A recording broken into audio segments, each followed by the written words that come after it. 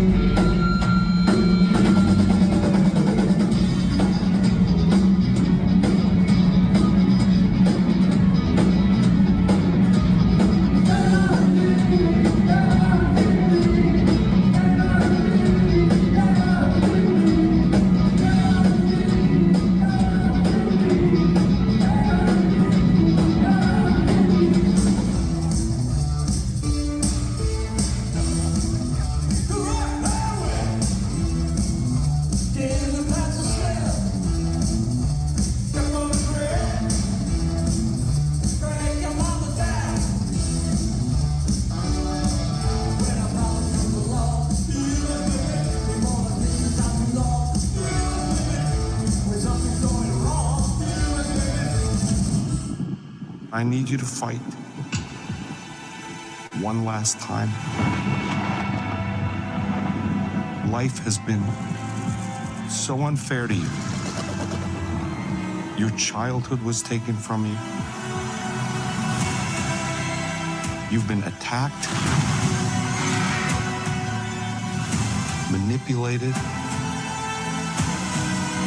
by terrible people. But you never let it break you. Fight for the days on the other side of this. Fight for a world beyond Hawkins.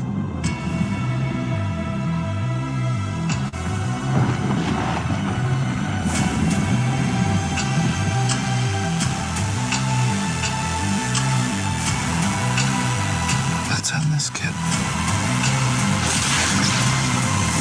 Mother of God.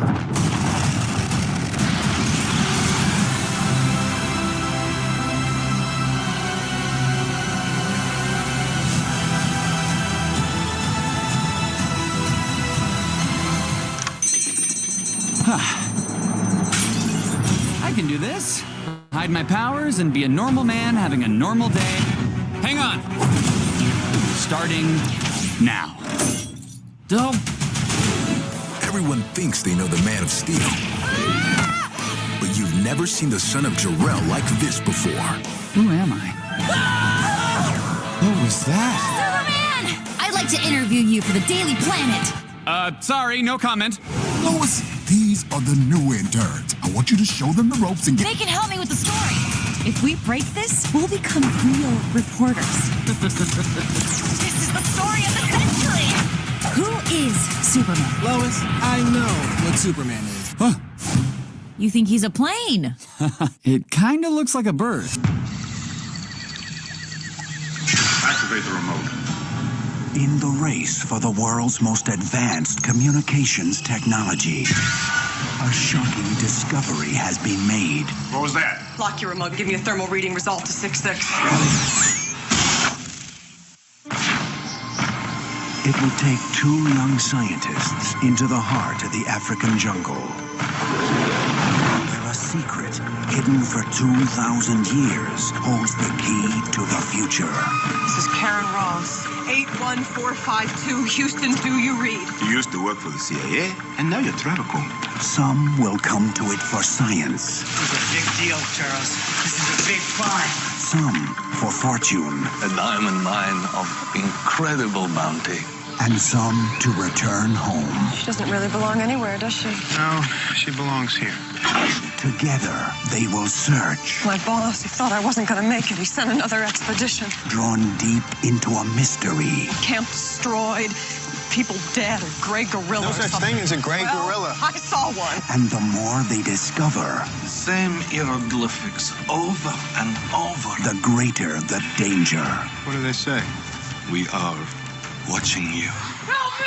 Help me!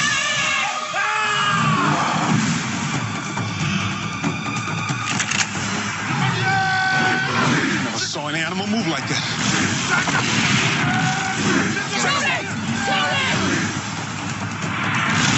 How intelligent are they? See, they're smart. They're too damn smart. Watch out! Go! We're getting out of here. What about them? Put them on the endangered species list. From the best-selling novel by the author of Jurassic Park. The myth of the killer ape is true.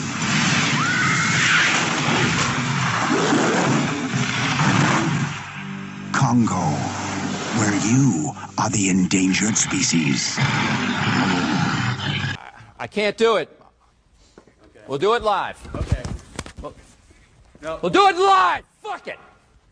Do it live. I'll write it and we'll do it live. Fucking thing sucks. I guess we will be live. Why not? Yes, the Why fucking not? thing No. sucks. Thank you. Yeah, bro. yeah. Thank you as yeah. always, William. Yes, William. Hey everybody. So like I just finished watching Superman and then I went to my computer to set up the stream and I realized, there's another Avengers Doomsday teaser. And I definitely have thoughts. I have not seen it yet, but is this the proper screen? Yeah, that's it. Okay. I don't have hold on. Let me set up for audio. But I talked to Bobby about watching it on stream because I know I don't know how many streams people have seen me talk about the Avengers Doomsday stuff. I will admit I was not a fan of the Steve Rogers one. As much as I love Steve Rogers, teasing him coming back as like the intro did not excite me because I was like, he has a complete story arc and I want to see more Sam. I don't really want to see Steve necessarily, depending on what they do. I don't want them backtracking.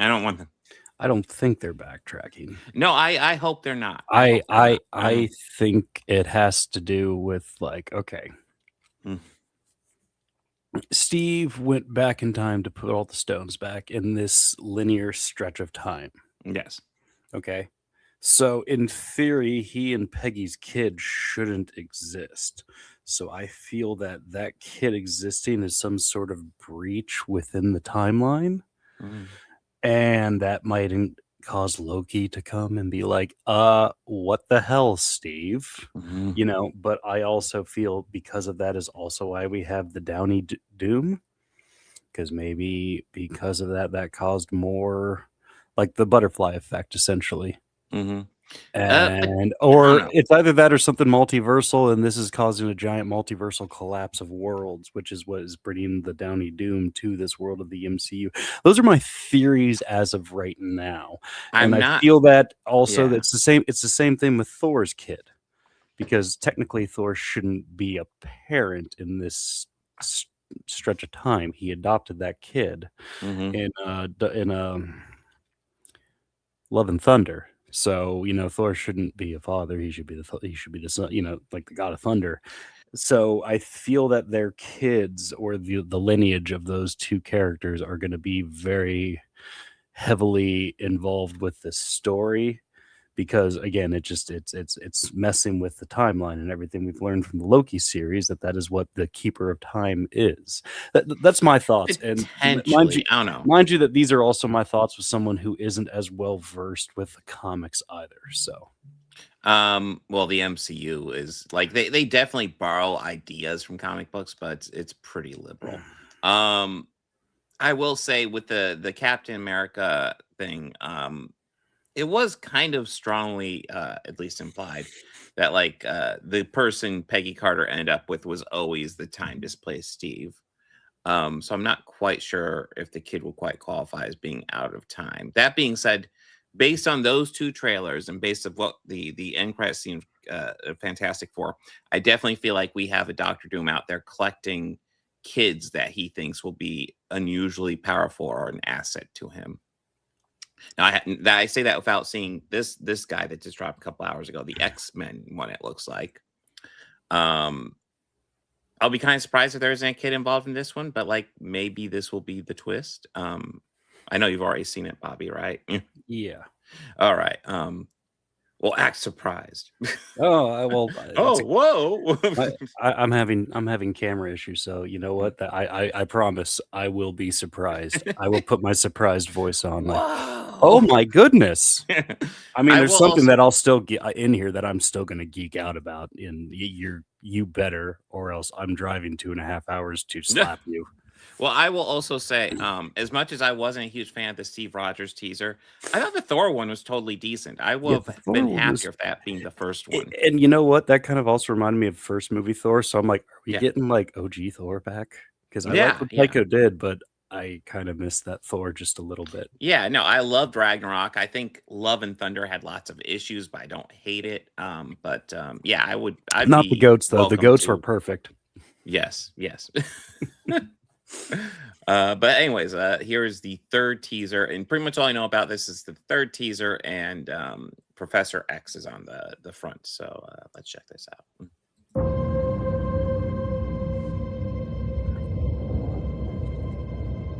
Death comes for us all. That's all I know for sure. The question isn't, are you prepared to die? The question is, who will you be when you close your eyes?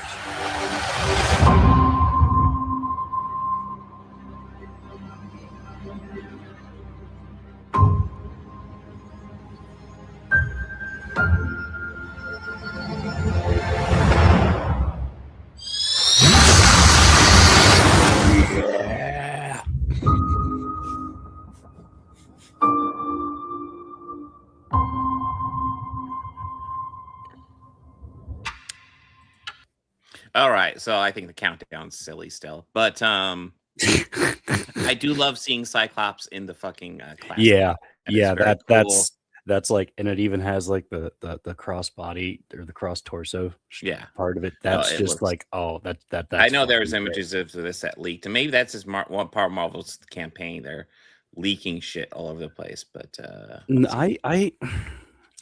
I don't think it is. Well, It might be because, like, think of the Spider-Man thing where that came out and it was like, "Oh, no, no, no, they're not in it. And we'll in fact release the trailer early," and that one shot of, like, him working at the work site where it's like, okay, the framing of Tom being right there and Mhm. all that space that's in that side of the screen with the opposing force of all the bad guys, like, "F you, Marvel. Yeah. Just give it away. We already know." Yeah, well, obviously, there's not a kid involved with this one, and there's kids involved with the other one. That being said, does That include we know of. Cyclops. And That Cyclops we know well, of. that I was about ready to say, Cyclops is the father of the most, of what is considered the most, or at least, attempted to be the most powerful mutant, um, It's Adam, right? that we No, know of, no, so, no, no. What was there? He and Jean's kid, right? yeah, also Yeah, known as Cable. Mhm. Cable. Well, So, yeah, they could bring Josh Brolin back, and Doctor Doom could kidnap Josh Brolin. Dad. Or what they Um, could do is just get a kid, but superimpose Josh Brolin's face over it. That yes. would be Oh cool. my god, that won't be nightmare fuel at all. Um, But he has to play it up like he did in Running Man as Cable. and Chris here is bringing up Rachel. Rachel is absolutely Yeah. a possibility too. Yeah. I'm less familiar with Rachel, but Dances with I Smurfs, Free Fire Boogaloo. Oh my yeah. god, that's great. Um, Yeah, I'm sorry. I'm sorry you wasted those 3 hours, Chris. I sincerely am. it was epic. Epically terrible. Yes, absolutely. Absolutely. I am fire.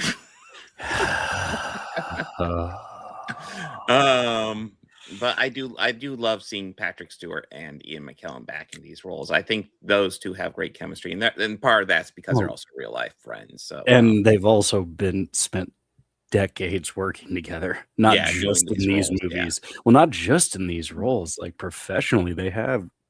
Like I think they did a lot of the London theater together Oh yeah. too, which that's cool. Well, I mean, they're Also, also two great actors. So yeah, I also kind of like seeing that old withered Magneto because yeah. I enjoy Michael Fassbender. I think he's a great actor. Oh And yeah. he was great as Magneto, but I mean it's Ian McKellen. Yeah.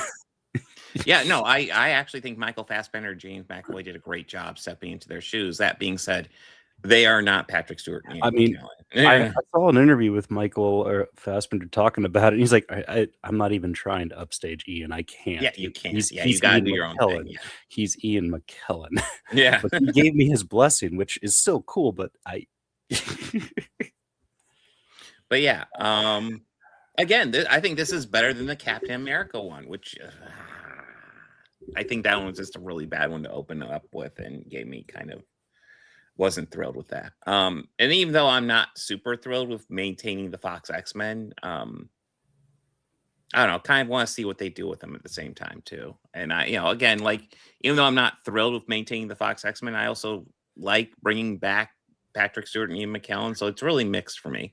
But I will say this was a solid teaser, and I love seeing Cyclops in the classic outfit. yeah, I knew that would be the fuck yeah, just that is awesome. Him ripping off the visor and doing it, going like, it's about time we saw this Cyclops. Yeah, very. I mean, because that was my favorite part of '97 of X-Men '97 is the first episode where he just cut a Sentinel in half with the beam like that. Dude. It's like that was so far. I hope we have a Cyclops in this movie more like X-Men '97 because that is by far the best on-screen version. Or even him getting thrown out of the jet and blasting with the visor and slowly turning the yes down just so he could land. Yes, it like was kind of more badass. Yeah, because as I recall when we did our review of it, I said, you know what? At that moment I took back every time I called him a bitch. Yeah, take it back. Yeah, no, it's awesome. You're pretty badass. Cyclops. Yeah, give James Marsden something to do. You cast him as fucking Cyclops. Let him be Cyclops for fun. Yeah, let him. And for God's sakes, stop casting him with CGI sidekicks. He's such a better actor than that. My counter argument, if you say, "Oh yeah, prove it," disturbing behavior. It's a cheesy movie, but he fucking kills it, isn't it? Yeah, no, he's a solid actor. I mean, it's one of those things, like, it's not easy to act against CGI sidekicks, and not saying it's a boon for your career, but, like, That's not as easy as it looks, guys. He has to play against somebody who's not fucking there. No, and it mostly like you're acting opposite. Well, in the early days, you were just acting opposite a tennis ball. So Yeah. but it's still And to his credit, I mean, it is work, and he's still doing it. And Oh that's yeah, fine, and that's fine. I'm sure he's making lots of money. Even off the if Sonic movies. even if the first Sonic movie and Hop and the other one that he did were literally the same movie.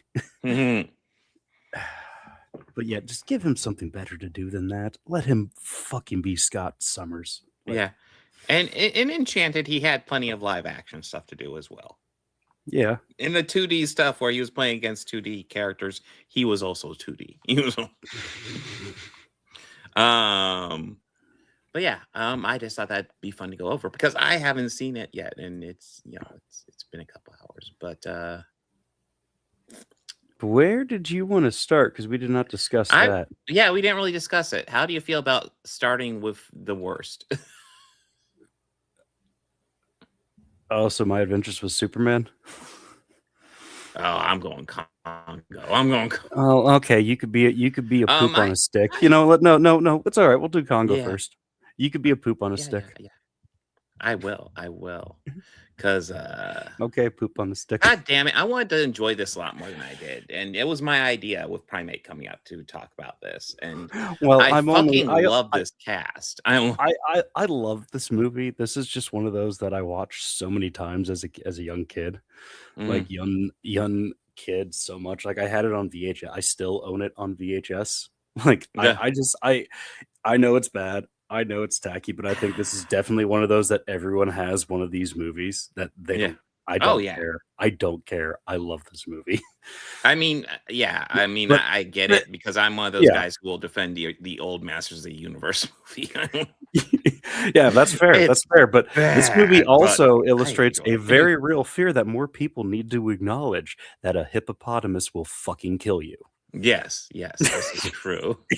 I like how they do that and they don't even explain it. Like the book has that scene and then they explain how and it's like waste are, but they don't do that here. They don't. Yes, I will admit that is the one downfall from book to this, but also like this cast has it has a lot of like staples of the decade too.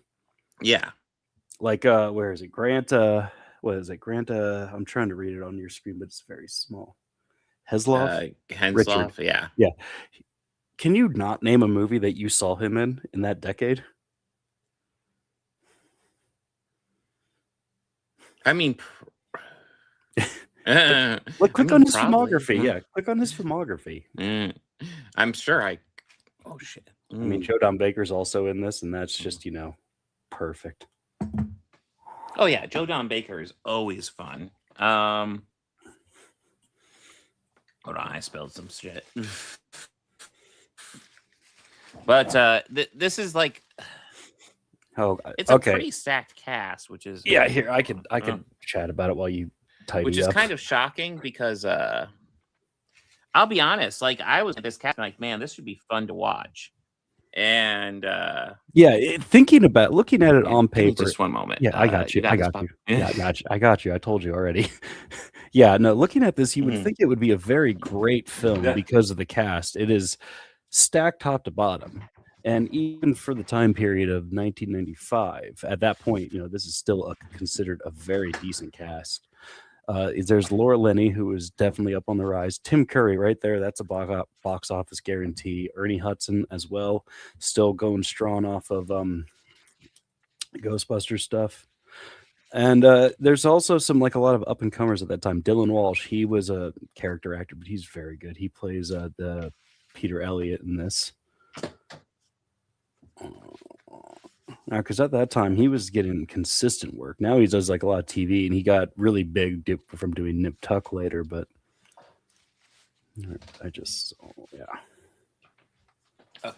yeah, Nip Tuck, a series that I like the beginning. Well, yeah, still, that was a huge series, and that was a very big one for him too. Yeah, but I know this is when he started getting a lot of early work, early in his career. Like we were talking about earlier, Grant Hesloff, he was excuse me, yeah, he was a character actor. Definitely always played sidekicks along with Sean Weiland. You know, guy from the People Under the Stairs. He Yeah. was another character actor too. Not the great one, but he's not in this. But Tim Curry, though, you could guarantee anything, but that's not why any of this was made. It's because Michael Crichton made Jurassic Park, and Jurassic Park was Oh, yeah. super successful. So a bunch of other movie studios started buying up as much of his IPs. And I get as it to a degree possible. because Yeah. after Jurassic Park, I was such a huge fan of that movie. I read the book and I just started diving into Michael Crichton's books, and I read probably most of them. Granted, it's been a while, but yeah, I've read this. I've read almost all of them. Yeah. And yeah, this in my opinion was not one of my favorite of his books. That being said, I do definitely enjoy the book quite a bit more than the movie. And part of the issue is like I feel like we got a great cast, and I feel like Tim Curry's given moments to Ham, but I feel like give them all just time to Ham. Maybe let Jalen Walsh and Laura Linney be your straight men, because like, you know, that's usually you want some straight men in there. Then just let everybody else ham it up a lot. I mean, there's also that epic cameo by Delroy Lindo in this. Dude, also, let's talk about was these awesome cameos. in this. I Let's loved him talk in about this. these cameos for a Yeah, second. Not only is there Delroy Lindo, but Joe Pantoliano is in this as well. Oh my God, I was actually surprised we weren't seeing like their names higher up here. But like this cast is fucking stacked. It's like you're just watching. It's like, holy fuck, they're in this too. This is still also just a great story and journey movie, and I like those type action adventure ones. But even if it has like a bit of the like more at 1995 high tech, which we're gonna get into that in a minute. Yeah, we'll talk. But yeah, Bruce Campbell is in this. He opens it up. Oh man. So we're hyping it up, but we're not really talking much about. Well, I mean, I'll be honest. I really wasn't a fan, and I wanted to like it because I love this cast. But I'm like, and there are moments like you brought up Delroy Lindo when he pops up. It's like he is great, but he has like literally one scene, unfortunately. And he gets to be really mean and scary to Tim Curry, and it's and Tim Curry's introduction. Fucking amazing. No, yes, brilliant. The way that he introduces himself, his character is Hokama Homolka. Yeah. And he's like formerly of Romania. Yeah. Now free from the chains of Chischchow, traveling the world and doing good. And he is like throwing on the most obnoxious accent ever, and it's amazing. I want to try to like find a way to like try and pinpoint exactly, because it's not a Romanian, it's definitely your generic European accent. Yeah, but he is just putting so much thickness into it. Yes, it is so over the top. It is that genuine Tim Curry over the top. I wish this movie let him do more. And then it is the sole reason whenever I see the meme pop up on any social media feed going, I only judge people from the movie they know Tim Curry from, and I went, oh, this, because this is like Tim Curry at his finest, in my opinion. People can argue Rocky Horror, and I went, yeah, no, he's doing the bit there. He is that character. I'm convinced that is him. And he's also a greedy guy who gets what he has coming to him. So this starts off with Bruce Campbell off in the jungles of Africa. He's on some sort of expedition with a company, because we see him with a big party of people. They're setting up camp in the jungle. Yes. Then we get to a communications place, because he's setting up a satellite call, and it's into Texas, where Laura Linney, who plays Dr. Karen Ross, and she has set some corporation. They never really say what it is, like communications. Yeah, is what it is. So they're having a satellite feed, and she's talking to Bruce Campbell, which we see like, okay, yeah, they work together. They know each other. Later, we find out they were engaged at one point. Yes. But I guess that they're trying to find some sort of diamond mines or something there. Yeah, because yeah. it Or the can help laser. them, yeah, because it can help power a laser. Yes, I'm doing air quotes right now. But oh god. So they find it, and he does a little demonstration where it's just like pew, and it sets a little prop bush on fire that's Yeah. just burning behind them as they're continuing, and then the camera slowly burns in, and you just see the smoke behind them. And it's like, yeah, we're not going to start a little jungle in the jungles of or a little fire in the jungles of Africa. No big deal. It's fine. Later, we get another great cameo in this, Joe Don Baker. Yes.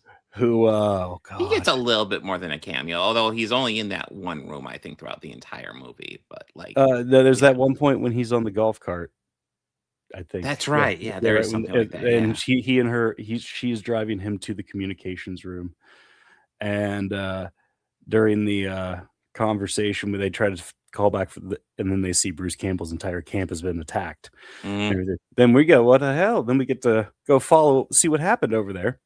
So another guy in the expedition gets Bruce to come follow him. He does hey, come here. You should check this out, Yeah. And then we later see someone throw an eyeball at Bruce, and then he screams. Yes. And then that's all we see of Bruce for now. Yes. He does Well, that. I mean, we classic kind of Bruce see him Campbell later, scream. but like he's not looking great. He's not. I mean, but he still held there and froze. Yes. That was no dummy. Bruce actually played his course. Did he? No. Okay, I was about to say that looks like a fucking dummy. You sure? No, it was a bad one, but like I saw this footage of him doing like a panel, and someone asked him, I was like, yes, I laid there still for course. Oh, well, it's like, oh wow, that's really cool. I'm like, no, you idiot, that was a fucking dummy. It looked nothing like me. Oh God, I don't know about that, Nate, but like I kind of believe it.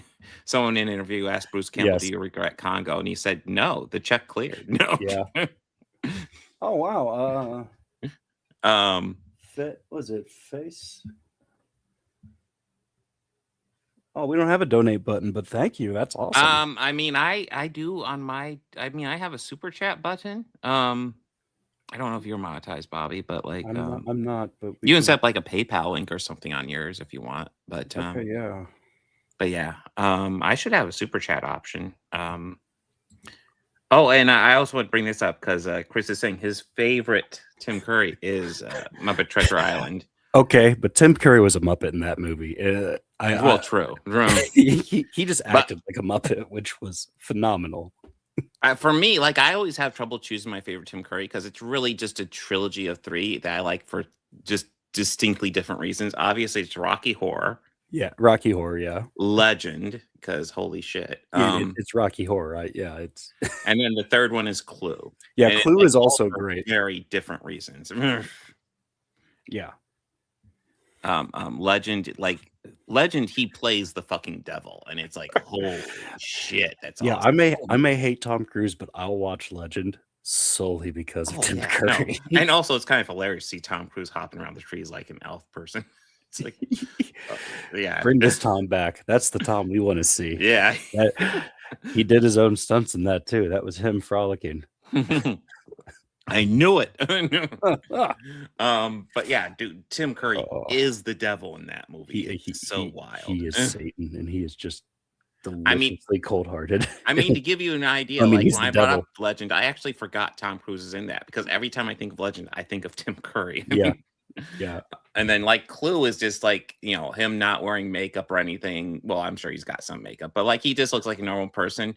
But like he carries that movie with his ham, and it's delightful. And it's and I wish like they'd given him more. Like I feel like he was primed to be the guy who gives the big epic speech story, and I would have loved that. Instead they just read some hieroglyphs off the cave walls, and it's like, well, that's disappointing. Ernie Hudson has a pretty substantial role here too. He does. And he plays their guide through the jungle. This is a Frank Marshall movie. Like yeah. Yeah, it is oh wow, I didn't realize he directed it. Yeah. Like the guy who directed Raiders of the Lost. Oh, he was producer. Sorry. Yeah, I was about ready to say that's Spielberg, bro. But yeah. And I know my daughter was reading up on it. Michael Crichton apparently was going to be heavily involved, but one of his requirements was that they actually use a real gorilla for Amy. And that wasn't a real gorilla? Yeah, shocking. I know. I will say the costume looks convincing. decent, Convincing. Yeah. Like I don't know looks if I'd say great. Yeah. convincing, but it looks Well, good. the far shots, it's good, really Mhm. good. Some of the close-up Well- stuff is a little I can tell it's a mask. Yeah. Yeah. Because Well, the eyes are a little dead. to the movie's credit, I noticed it when watching it. Stan Winston did the gorilla effects, which is like, Yeah. okay, I could see that. Yeah, which is also why I can't say anything bad about it because it's Stan Winston. man. Yeah. Like That's the thing. There are so many fucking legends involved with this movie. I just wish I it liked has it such more. a perfect recipe to be awesome, but it's Dude, really yeah. not, and it's just It has the criminal. recipe to be this perfect like B movie, this I delightful mean, it is fucking a B movie. B movie to its core. True. Absolutely. And I think I could actually say that this is probably the reason why I love B movies. Yeah. Like there's also some other Yeah. great surprises in this. Like, did you know one of the pilots was Jimmy Buffett? Like the plane No, I pilot? didn't. That's pretty funny. Yeah, yeah. I was looking through this before I watched it, or like I had fired it up and I saw that, and I'm like, I'm gonna watch for Jimmy. I'm gonna look for him now. And yeah, he really quickly. But the problem is when the plane's crashing, when they're getting shot at, the one pilot who's talking, Yeah. your attention is always on him because he's talking. He's the other guy. No. Jimmy Buffett. Jimmy Buffett's right there. So also following the logic, he was one of the first guys out of the plane as well. Because I do believe, yeah. Hey man, he was just looking for that shaker of salt. Yeah. Well, you know, gotta get what you can at Margaritaville. I used to wait tables at a Margaritaville. Yeah, no, I really wish this was more fun. I really wish I enjoyed it more. Well, yeah, to get back on beat of the plot. So that expedition goes awry. We later meet I'm on this cast list. Let me get to it. Dylan Walsh's character and Grant's character, Dr. Peter Elliott, and his assistant Richard, who have raised, or like they adopted a gorilla that was picked up from the African Congo as a baby, and they kind of helped raise it and taught it how to sign. And they're taking this technology that they found where it can help people who have lost the ability to talk. They can sign, and they could give them some sort of auditory voice. So it's like they sign, and it translates it in real time. Pre-Google, which in for 1995, this is kind of like this is a great idea. Looking at it now, it's like really funny as hell. It's not to sound ableist, but like the however Stephen Hawking is depicted, it's kind of like that level of clearly a robotic voice, but they gave it like a girl's voice and an actual actress portrayed who actually read all the dialogue for it, and it's just kind of funny that she had to speak as like a robot for her performance in that.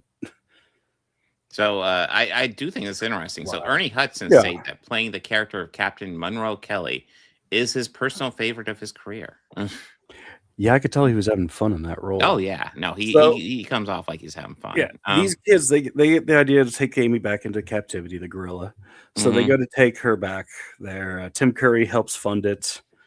Laura Linney, kinda. He runs out of money pretty quickly. He runs out of money really quickly, yeah.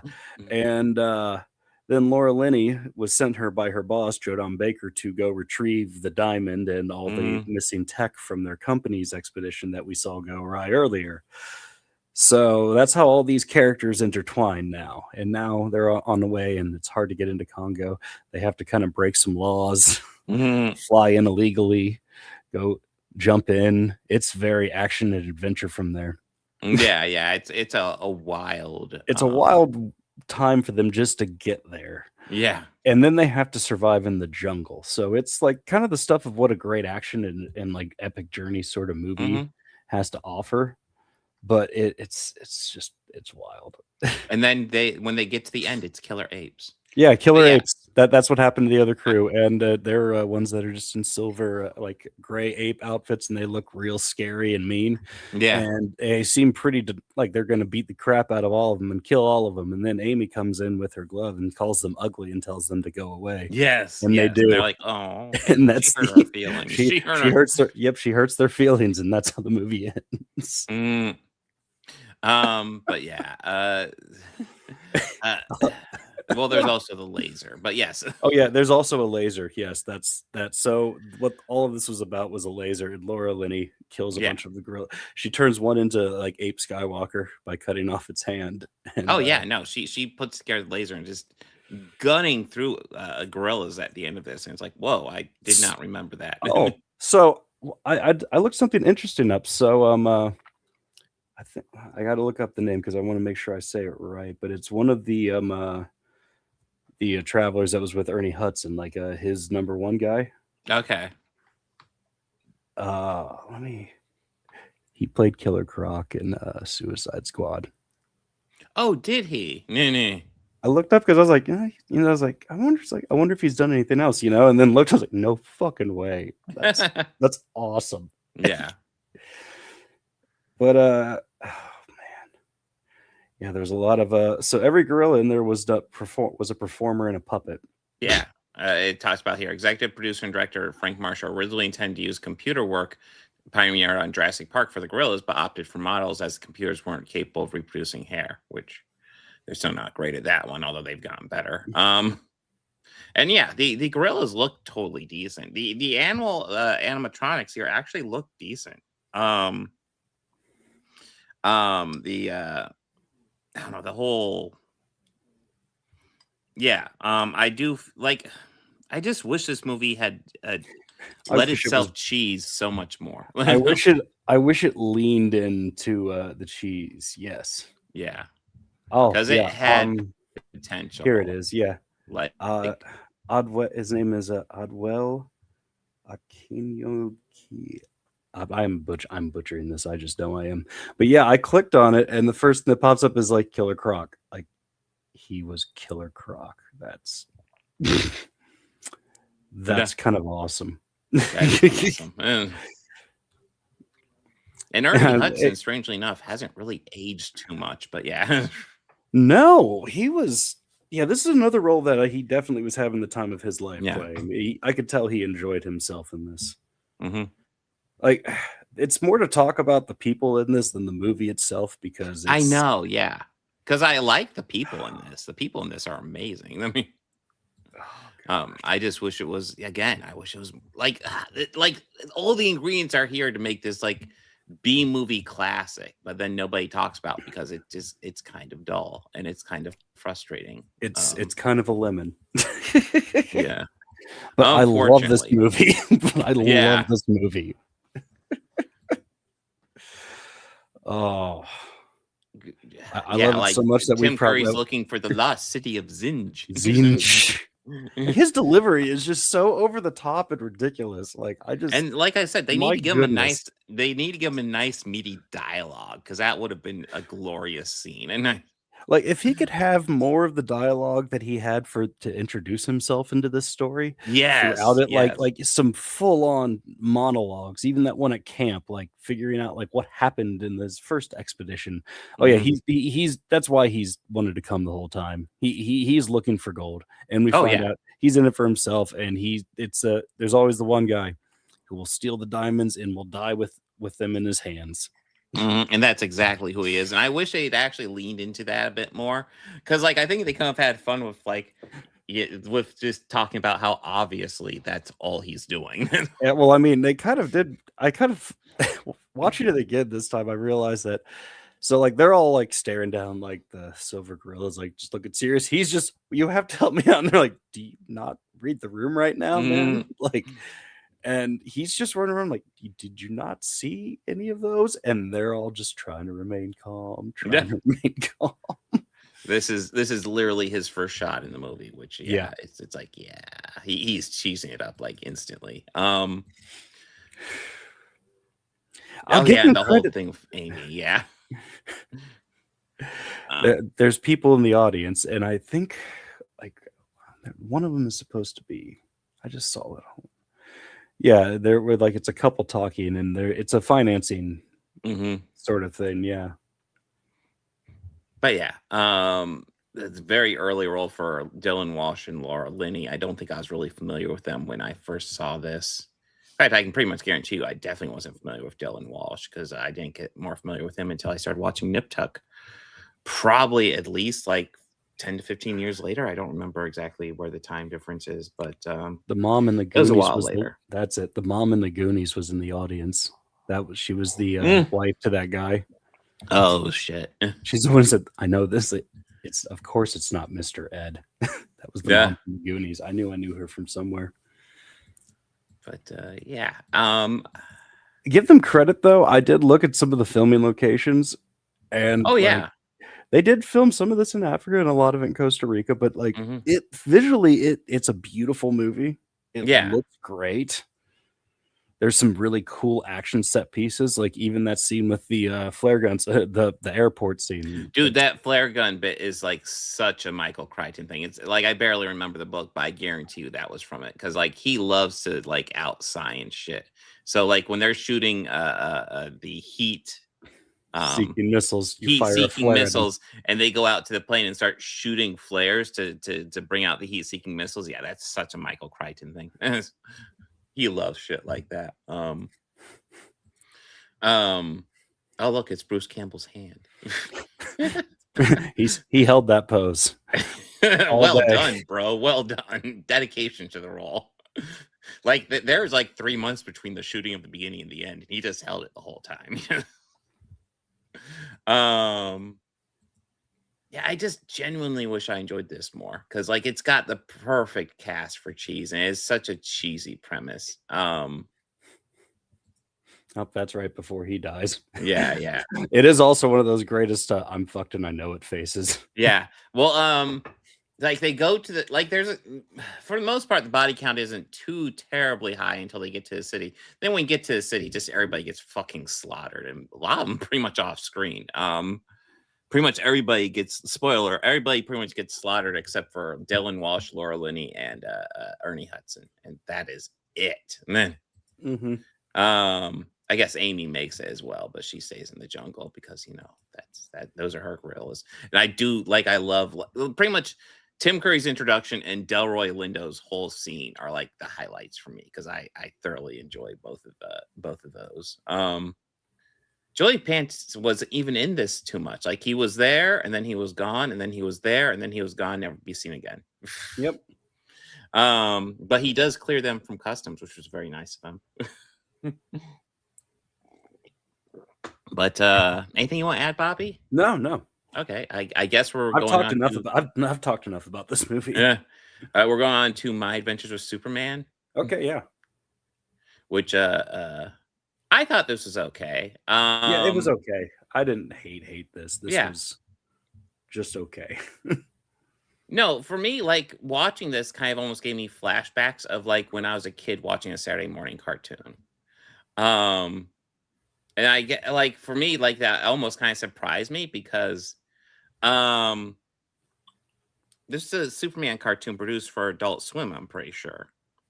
So I'm kind of surprised how like child friendly this is because this is a children's show. I don't know how else to describe it. That is the first thing that comes to mind watching this. This is very much a children's show. It's not afraid to go into dark places, which I do appreciate, but it's very much a children's show. So I feel like it's kind of misplaced in Adult Swim, to be honest. I didn't know this was on Adult Swim. Really? Yeah, it's on Adult Swim. Yeah. No, it's the big series where they aired on Adult Swim and then it goes to HBO Max the next day. And yeah, for me, I'm a little confused why it's an Adult Swim show, but maybe that's just because like Saturday morning cartoons don't really exist, which is fucking sad. Like I miss Saturday morning cartoons. Wait, they don't? Not really, no. No, isn't that weird? I remember when my kids were younger and I was like excited to wake up and in the Saturday morning, be like, I haven't seen Saturday morning cartoons forever. I'm gonna watch Saturday morning cartoons with my kids, and just nothing. And I think because it's all like streaming now, and maybe that's the goal with this. Like they released on Adult Swim, then kids can just stream it the next day. but yeah, it's very much just this is like an early story for Superman. It definitely takes some liberties with like his origin, which I think I think it works. I mean, we've done 50 billion different versions of Superman, so have some fun. And it is kind of the story about how he is sent to Metropolis, and it's definitely younger Superman, because pretty much the first and second episode are just him developing the Superman identity. But yeah, there's a very cartoony kids vibe to this, which again surprised me for Adult Swim. Some of the animation style at times kind of reminded me of Invincible, just a little bit. Well, there's also kind of an anime vibe to it occasionally. Yeah, yeah. I guess maybe with just the style, there's kind of an anime style to how they draw this. Which again, I like this. I won't call this like my favorite or anything. Like this is no X-Men 97. I won't even put it on the same wavelength as something like Cape Crusader. But I don't know. I enjoyed this first season. I do appreciate how it went dark. I don't like. I thought it was pretty. For a little bit, I was wondering who the general was, and then I want to say at the beginning of episode 8, I was like, "Oh God, I bet you he's supposed to be General Lane." And then Waller calls him Sam in that episode. I'm like, "Oh, yeah, that's General Lane." So they kind of treat that kind of like a twist. I think this is probably supposed to be later, but they treat it like a twist where the general, who is kind of the villain that Superman's going up against, is actually Lois Lane's father. Because the story is essentially Clark Kent has just moved to Smallville, and he gets an internship at the Daily Planet with his buddy Jimmy Olsen. And they work under Lois Lane, who's the other intern who he has a crush on. And I do kind of like how quickly Lois Lane is able to figure out he's Superman. Like, he's barely Superman. Lois Lane's like, "Hey, I can't help but notice, but Clark's always missing when Superman's doing stuff. Wait a minute." It's like, yeah, it's not all that subtle. I mean, how many guys do you know of that build? I mean, and then Jimmy, I thought was even funnier because like Jimmy was like, "Yeah, I've known the whole fucking time, bro. I was just letting you keep your secret." He's like, our first day in college, you ripped the handle off the door. Like, "You're Superman. I believe you." You're cool. It's cool, dude. But also, like, I found it interesting, like how like just kind of just sweet and charming the show is. Yeah. And kind of frustrated with how like the judge really like to savage it, and it's like it's clearly a kid's show, guys. I don't know why they're doing it for clicks, but it's frustrating. But yeah, this is just something I won't mind watching with my kids probably someday. My daughter's probably too old for it at this point, though. But yeah, it's just a cute show. I'm trying to think of another way to describe it, but yeah, it's a good show. Yeah, just thinking about this, it's cute. Bobby, thoughts? Yeah, no, I don't got nothing against it. I enjoyed it. It's a good show. Yes. It's nice. Yeah. Yeah, very much a kid's show. I didn't even realize that going into it. I was like, "Whoa, this is way Neither did more I. kiddie than I realized." I But was like, like, it does go into dark moments. Like,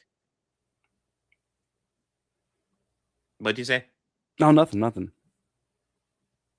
Oh. But yeah, there's definitely a kid style to the animation, like definitely to the storytelling. That being said, like I said, they do go dark places. Like, essentially, the general is kidnapping people and like changing them into like supervillains to fight Superman because he fears this oncoming Kryptonian invasion that he saw a hint of 22 years earlier.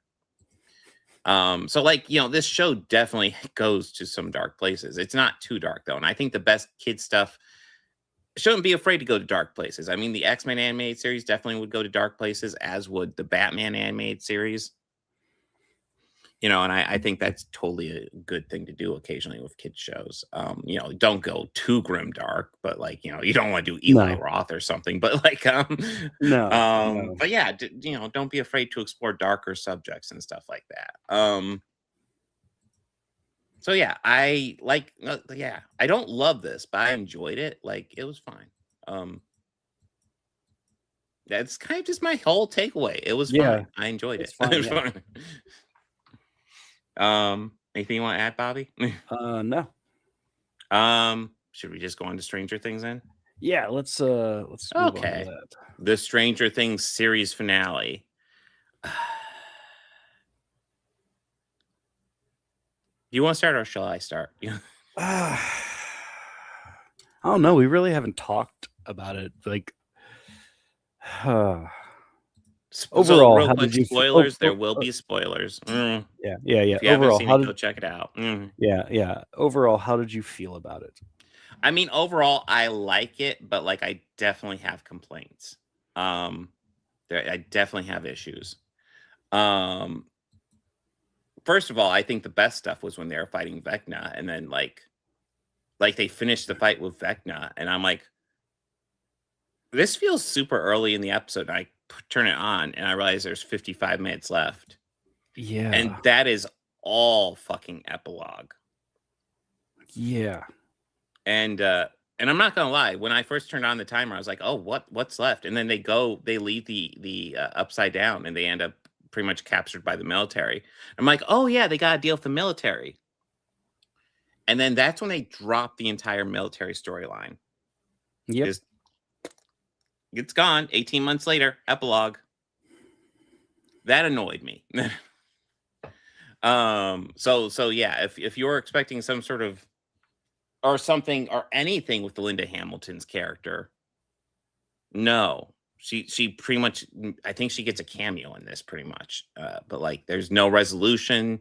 There's nothing to it. So pretty much my big complaints of this are the military storyline is just flat out fucking dropped. Yeah. And then the epilogue takes way too long. And then I'm mixed on what they do with 11. I feel like they're setting her up for a spin-off series, but then she's also maybe just dead, and maybe just Mike's making stuff up. And I'll say I do not like the idea that she's dead, especially after they've spent all that time being like, you need to survive this, you need to live. And that's also part of why I felt they need to deal with the military, because the deal is like throughout the episode, like 11, Callie is essentially telling 11, hey, we have to die so we can end this. And the problem is the military is just going to find another kid. They have to somehow get the military to stop doing these fucking experiments. Like, just killing yourself off won't resolve that. And then what the indication is at the end is that 11 has faked her death. Now, is that what actually happened? I don't know. Yeah, it's not clear. The Duffers want us to figure. They want us to kind of leave it up to us, our own interpretation of it, which I kind of feel like. Yeah. They might have felt like they wrote themselves into a corner. Yeah. Well, I feel like one of the things that would have helped a lot, just with the ending and the epilogue, is make it all just. I feel like the epilogue doesn't really work until you get to the D&D game. I feel like a lot of the other stuff feels tacked on. I feel like weave a lot of the other stuff into the D&D game, kind of get flashbacks and stuff as they're going over the D&D game. I think would have worked better. I still think the graduation scene should have happened. The graduation. Yeah, I would like to. I still want to weave that into D&D scene, but I do love Justin's speech there. Eddie would have been proud.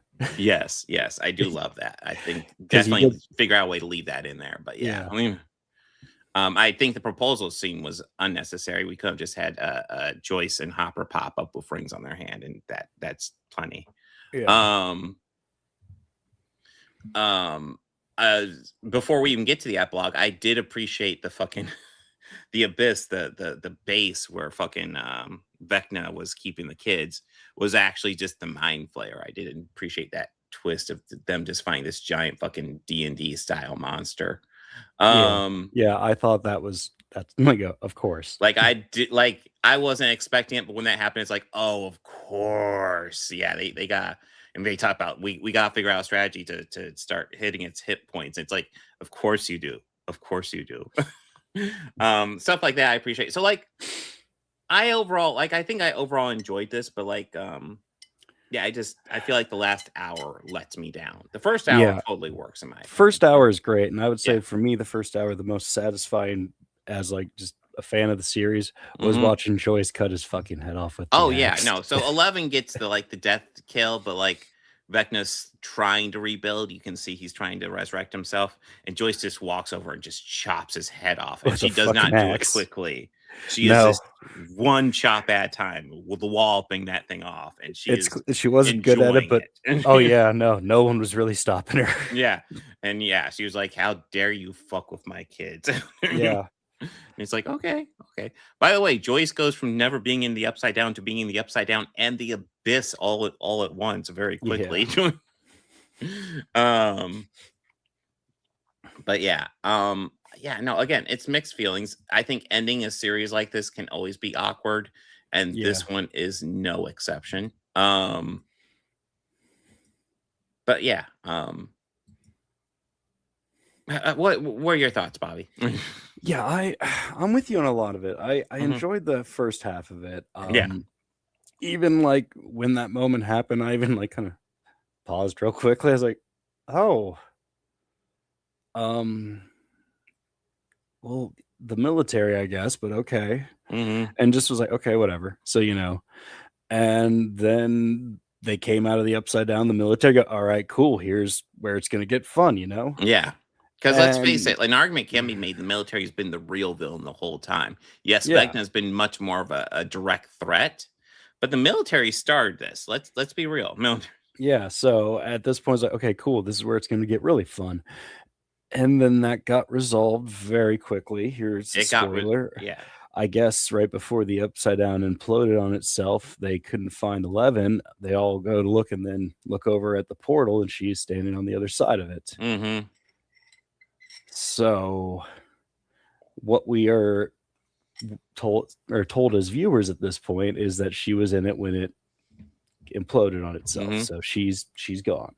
Which is something I found kind of frustrating when they were first showing it, because it's like I don't like her just sacrificing herself. Because again, like I was saying, the military can just find another kid. There's obviously other kids that are probably around her power level. Yeah. Not a lot, but I'm sure they can find them. It's the military. Yeah. And they'll just do the same thing again. So like And that- her killing, and she has the best chance of actually stopping them from doing it again. So like her sacrificing herself, it's like, Yeah. Plus, she should live her life as Hopper wants her to do. Yeah. But Then the other hour of this movie. yeah, it just kept going. It's like, holy shit. I feel like we've been done for a minute. Yeah, I agree. The first bit of the epilogue in it, I really just kind of thought it was very pointless. Yeah. I mean, I kind of got why there was a lot. It's like, okay, cool, we're seeing resolution. Maybe, Mhm. and I didn't think it would go on as long as it did. Yeah, that's the thing. It just kept on going on. Yeah, and I think like the only scene that kind of deserved the length that it got was of the older kids. Yeah, maybe. That's the thing. So throughout this series, there's been like longer scenes. There's obviously the Will coming out scene that every fucking bigot in the internet feels the need to yell about, even though it's really just them showing their ass. But obviously, there's also the breakup scene between Jonathan and Nancy. There's the friendship scene between Dustin and Steve. There's a whole bunch of these longer scenes I think work really well in the middle. Yeah. But then the ending just has a whole bunch of those as well. And it's like once the conflict's resolved, and I wish, like I said, I wish they had thought of a way to weave all that into the D&D game, because there are highlights. Like I love the Dustin speech. There are definitely like elements of the older kids talking where it's like I kind of like that they're going to continue their friendship and shoot a movie together. I like that idea.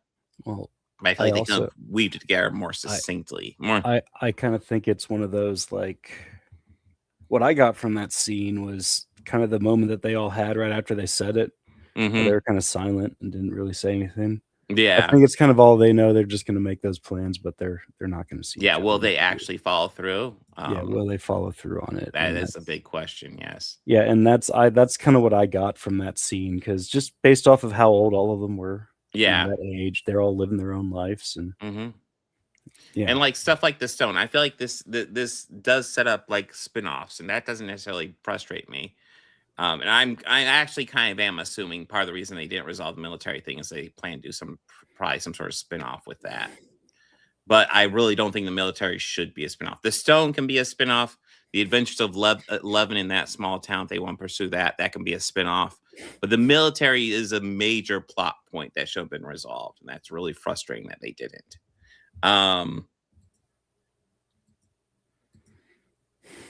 But yeah, wow, lots of shots to the stone. But yeah, the conflict with Vecna was very cool. We get to see 11 pretty much just be badass and just fighting this giant fucking mind flayer, and then fighting fucking Vecna inside. I'll say, hey, that was pretty fucking awesome. Yeah, no, I Yeah. love it when she's just diving at the mind flayer, and then she uses her powers to just fucking split the mind flayer open so she can just dive right in. That was pretty fucking badass. Yeah, that I was like, all right, damn, she is not holding back. And then Will even got moments to show off and kind of hold back Vecna to help 11 really kick his ass. Yeah, him possessing Vecna was pretty awesome, and that answered an age-old question. Well, what if the thing he's possessing dies? Oh, Will's perfectly fine. Cool. Yep. Cool. It's all good. But yeah, they even have a shot of her diving into the mind flayer, which was very cool. The mind flayer was fucking huge, and it was nice to actually see them straight up fight it. I mean, yeah. And I remember when Mike asked Nancy for a gun, and she's like, "Okay, I'll give you a gun." She gives him the flare gun. They're like, "Aha, you just got a flare gun." In my head, I was like, no, flare guns aren't useless, man. It would hurt like hell to get with a flare gun. And we see him hitting the mind flare with a flare gun, and the mind flare just getting caught on fire. It's like, yep, that's one of the things that would happen if it's flammable. Yep. You can do damage with a flare gun. It's not nothing. It's not designed as a weapon, but it could be used. I liked it when he shot that Demigorgon in the face with one. Yeah. That was awesome. But yeah, and fuck, top out spoilers right here. Here's a big one. Stabbed right there. Yeah. She fucking impaled him. Yeah. And it was slow. But yeah, this is actually where you see him getting resurrected, and Joyce just chops his head off right there. Right there. She cut his fucking head off. Yeah, that was Joyce's doing there. Yeah, me watching it, I was like saying to myself, oh, cut his fucking head off, Joyce. You got your axe? Yeah, you got your axe. Well, hell, you're asking theory, real or not. My vote is it all depends on whether or not they do a spinoff or not. Yeah. I will say I think it's probably better if it is real, because I think her sacrificing herself is kind of wasted and silly. And maybe that's even their plan, to follow up the 11 spinoff and have her go up against the military. But I don't know. I feel like that's such a huge plot point in this series that really need much more resolution than just a title card that says 18 months later. That was frustrating. Like maybe if we heard reports of a hunt of some sort going on for a fugitive, like something like that. Yeah. But no. So this is Mike's story of 11 just going to a small town, which, is it real? Is it not? I think that's what I think it's his coping mechanism. Possibly, yeah. If they don't do any spinoff, I think that's a fair thing to say as well. I mean, it's him dealing with it. And I kind of liked how this series started with the boys playing D&D. Yeah. And it ended with the boys playing D&D. Like I said, when when the epilogue kept on going on and on, and I'm like, oh my God, will they wrap this up? And then they cut to them playing D&D, and I'm like, okay, yeah, this is where you need to wrap up, because they need to be ending this playing D&D. Of course, I guess they also set up a possible another spinoff with them leaving the D&D table, and then the other kids coming down and be like, hey, we're going to start a D&D campaign. And it's like, oh, what, are we doing Stranger Things Next Generation already? That was Derek is delightful. True, delightful Derek. Yes. But yeah, so overall mixed. I mean, overall, I think it's a great series, but the finales, it's always tough to plant the landing with a finale for especially something that lasted for many seasons like this, and and it's been discussed ad nauseum on the internet, so it's always tough to end it. But also, yeah. it also was one of the mini series that had to be delayed because of COVID. So, yep. So yeah, I don't know if I'd necessarily say the finale is bad, but I definitely was a bit disappointed with it. But I also kind of get it. Anything you want to add, Bobby? Because that's kind of my entire thoughts. Yeah, on no, this I thing. don't got anything else to say about it. It was I enjoyed it overall. I thought the epilogue was over padded. Yeah. Yes, a 50-minute epilogue was a bit fucking much. And like I said, resolve the military thing that drove me insane. I know. Yeah. All right, let me go ahead and dig up next week here. I got it up right here. So we're gonna you're start already on it. diving into Christopher Guest movies. Ooh. God. We got Waiting for Guffman. We're gonna watch Waiting for Guffman, and then we're gonna watch Primate and One Battle After Another. Oh yeah, that's one I've been wanting to watch, even though I'm not a massive Paul Thomas Anderson fan. Just I don't know, word on that seems like it's really good, so we'll see.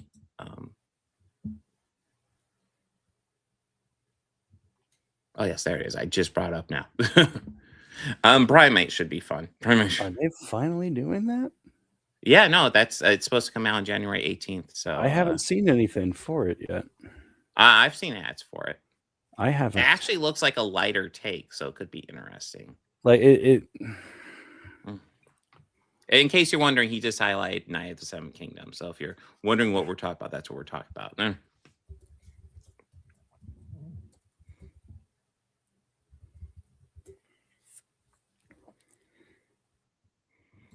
I think I've seen I've seen Mighty Wind and Best in Show, so I've not seen Waiting for Guffman yet. So it'll be okay. Yeah, this one is. I've only seen this one once, but I remember it being not as much as one as I loved, not one I loved overall.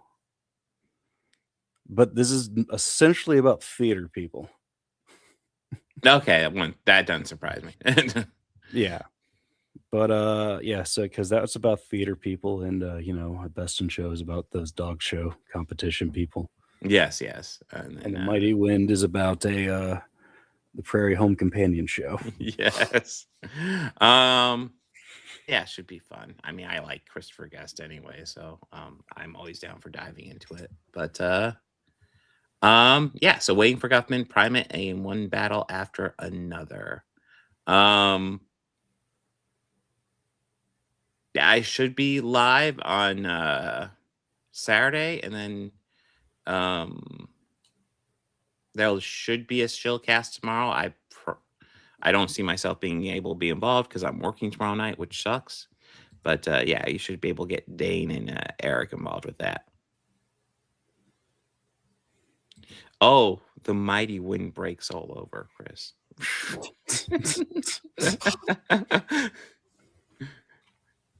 But yeah, that's kind of my schedule for the week. Anything coming up, Bobby? Not in the moment, but something in the pipeline. I dug out an old flash drive, and I found some old projects that I thought I lost. That could always be fun. Some old scripts that I thought I lost, but I have them, so I've been retoying some. So yes, I might have some new stuff on the channel potentially soon. So make sure to subscribe to Bobby Porter's over there. Yeah, I saw Eric streaming tonight. I don't know if I'll join him or not. I might. It kind of depends how I'm feeling. Kind of depends on my mood. But yes, I might feel like just mellowing out tonight, but we will see. I might change my mind later. But let's see. Yeah, I think that's it. So guys, party on and be excellent to each other. Take care.